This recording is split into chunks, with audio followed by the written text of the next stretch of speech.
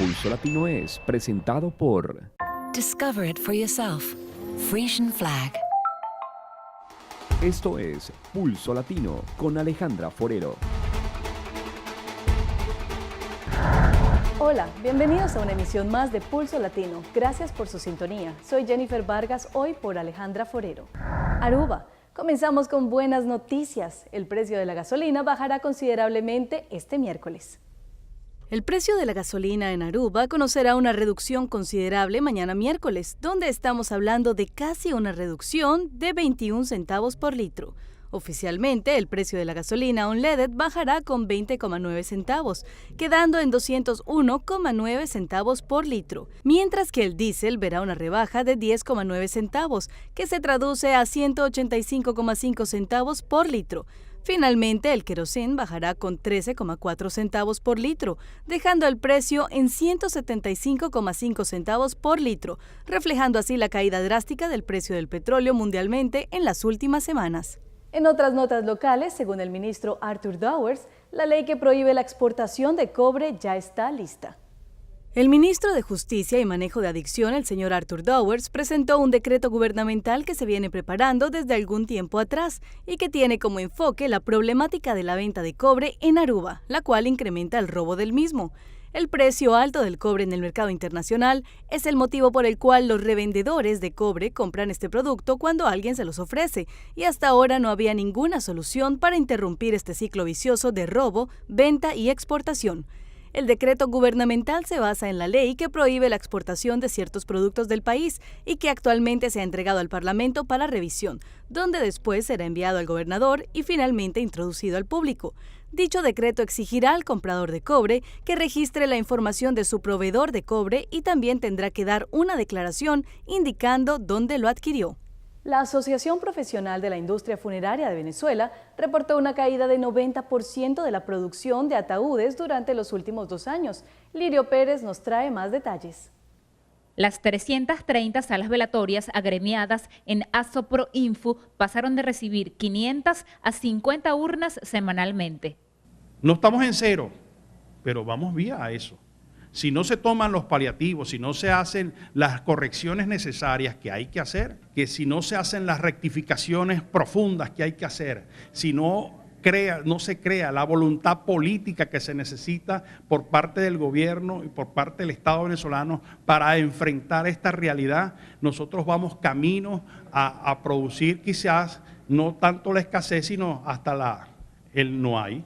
La escasez de la principal materia prima, el metal, eleva a 2.800 bolívares una lámina que vale 690. No solamente por el contenido básico que es las láminas, de hierro que se necesitan para la fabricación de los cofres metálicos, sino también pasa por la pintura, pasa por el fondo, pasa por la tela, pasa por la goma, por la pega, por el vidrio. Representantes del sector funerario garantizaron su servicio, pero con menos modelos y tipos de cofres. Desde Barquisimeto hasta Lara, Lirio Pérez, Noticiero Venevisión.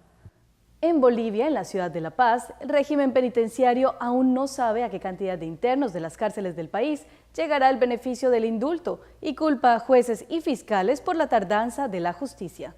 El director nacional de régimen penitenciario prefiere no dar cifras. El anterior indulto alcanzó aproximadamente a 600 personas y el primero solo a 300 internos.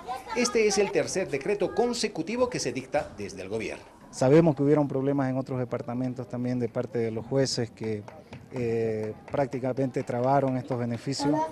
Si nosotros hubiéramos podido trabajar los 12 meses que decía la norma en Santa Cruz, hubieran salido muchas más personas, ¿no? Y en el resto del país también. La retardación de justicia y la gran cantidad de detenidos preventivos es una preocupación para el régimen penitenciario, pues el problema tiene que ver con jueces y fiscales. También hay cierta resistencia de parte de algunas autoridades, de algunos jueces, de algunos fiscales, en ir hasta los recintos penitenciarios a llevar a cabo las audiencias.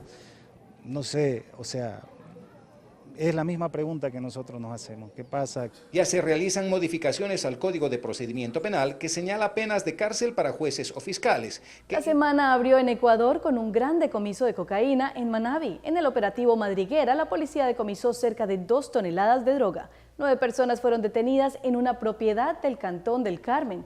La policía investiga si los detenidos tienen vínculos con organizaciones mexicanas. Francisco Garcés nos informa cómo y dónde camuflaban la droga. En el sector del Porvenir, cerca de El Carmen, en la provincia de Manabí, se incautó 1,8 toneladas de cocaína.